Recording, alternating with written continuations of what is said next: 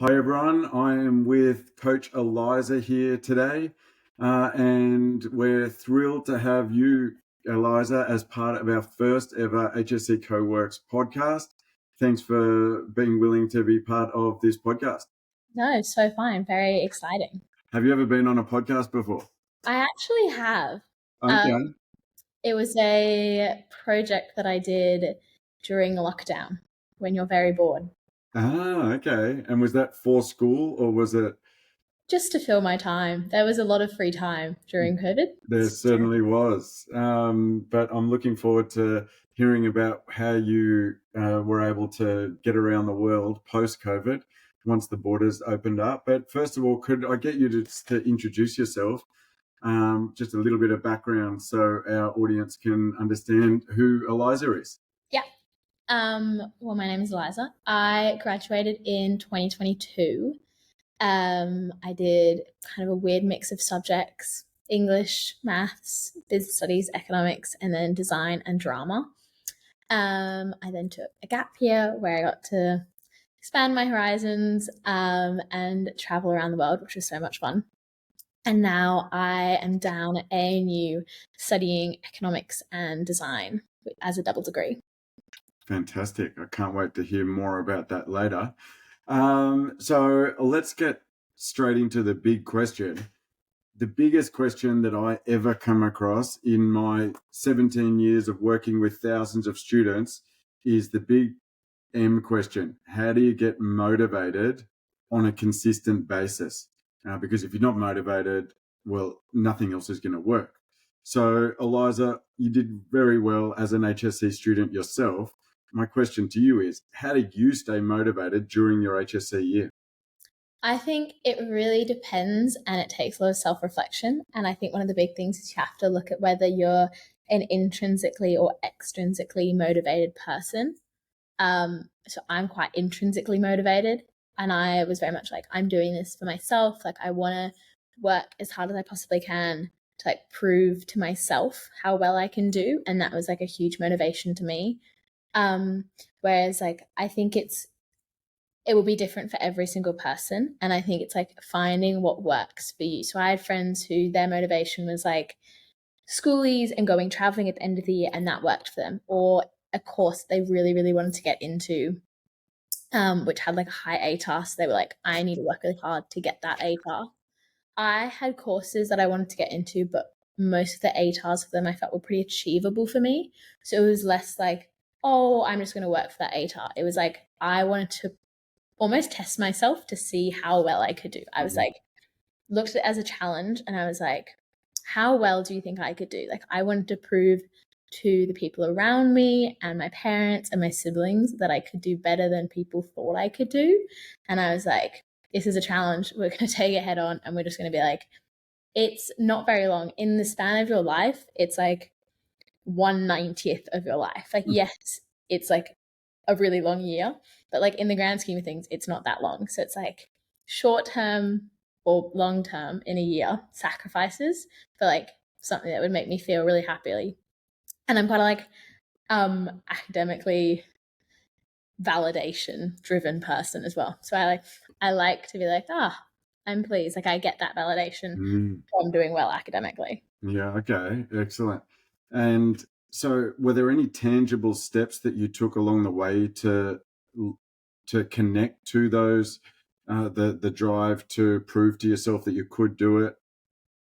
I think it's like setting yourself short-term challenges. So sitting there and be like, okay, before an assessment block or at the beginning of every term, sit there and be like, okay, where am I sitting right now? What do I want to get? Like, where do I want to be at the end of this term?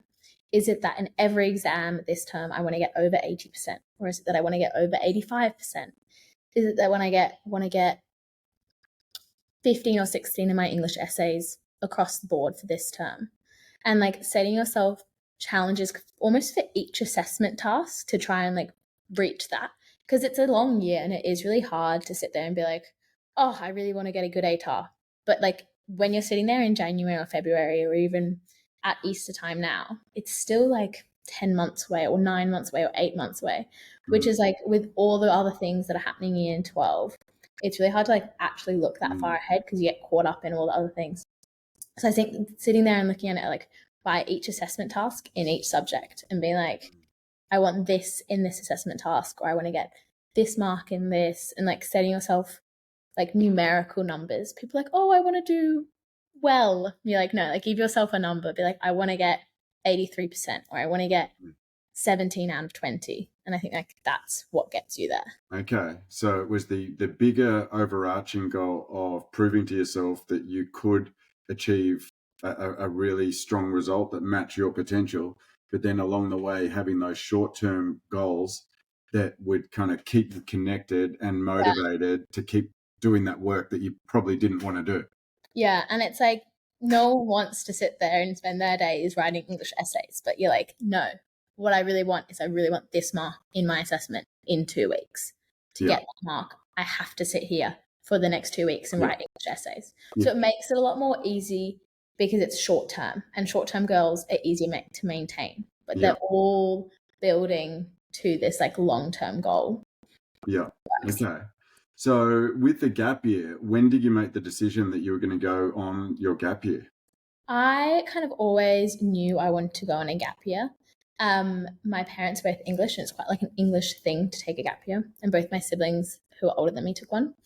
And for me, I dreaded the idea of doing 13 years of school, and then I knew I wanted to do a double degree, so like minimum 4 years. And I just hated the idea of doing 17 years like straight schooling. And I wanted time to like chill, decompress, get out, explore, experience new things before I kind of like came back home as well to like do uni. And I knew that like if I was pushing myself this hard during year 12, like I would burn out, which like I did, but after it finished, it was fine, because I think if I knew I didn't have a gap and knew I was going straight into uni, I would have found it a lot harder. But I knew that I was like, I just have to work really hard, and then I get a whole year off to like chill. So it's okay if I kind of work really hard, because I can then chillax, relax, and like have a really amazing year. So that was an important motivating force for you to be able to know that if you put in the hard yards, you've got this gap year coming. Yeah, I was like, I knew that even if I put in my hard yards, it wasn't like, oh, 2 month break and then like back into putting in the hard yards at uni. It was like break and then like get to go and experience and explore really cool things. So this was like such a different, like I still use my mind on my gap year, but in like a very, very different way than you do in school. So it was like nice to let that part of the brain students going on a gap year or going overseas post HSC, I often talk to them about that feeling that you get when you're walking through that big departure sign at Sydney Airport, knowing that you gave your HSC everything that you had. That feeling in that moment, it's literally a goosebumps style feeling. It was so nice. Like I also left my gap year quite early, so I got my HSC results when I was already overseas. And I was like in Switzerland, I was like in the Alps, and I like, because of time differences, I woke up in the morning and they were released. So like woke up in the morning and they'd already been out for 12 hours. So it wasn't even like the hype of all my friends was over, which was quite nice. So it wasn't even that competitive. And I got to check and I was just like, you know what? I'm so pleased with that. And I was happy, and I was like, I worked so hard and now I get to be here and I'm opening my mark like in the best place in the world because I put all that effort in, which was like totally worth it. What a surreal experience that would have been. It was so cool. So tell us about the gap year. What did you do? So my gap year was slightly unconventional. I didn't do, a lot of people in their gap years go to a boarding school for a year kind of thing and work in one place for an entire year. I did something slightly different.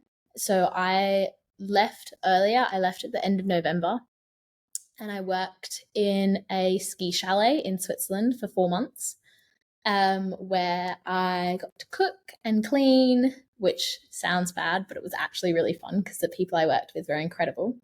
And I also got to guide things. So I guided snowshoe hikes and curling activities and ice skating, and I got to go skiing on my days off, and I even guided ski groups and taught kids how to ski, which was really, really fun. So I did that for the first 4 months and got to live in the middle of the Swiss Alps, which was amazing. My bedroom window view was like a mountain covered in snow. And then after that, I went traveling with the friends I met there for about a month afterwards. And we went through Italy and Germany. And then I went back to the UK and I worked in a school's outdoor education program in the UK. So basically did, I think, like school camps for like a big group of schools, but on a daily basis.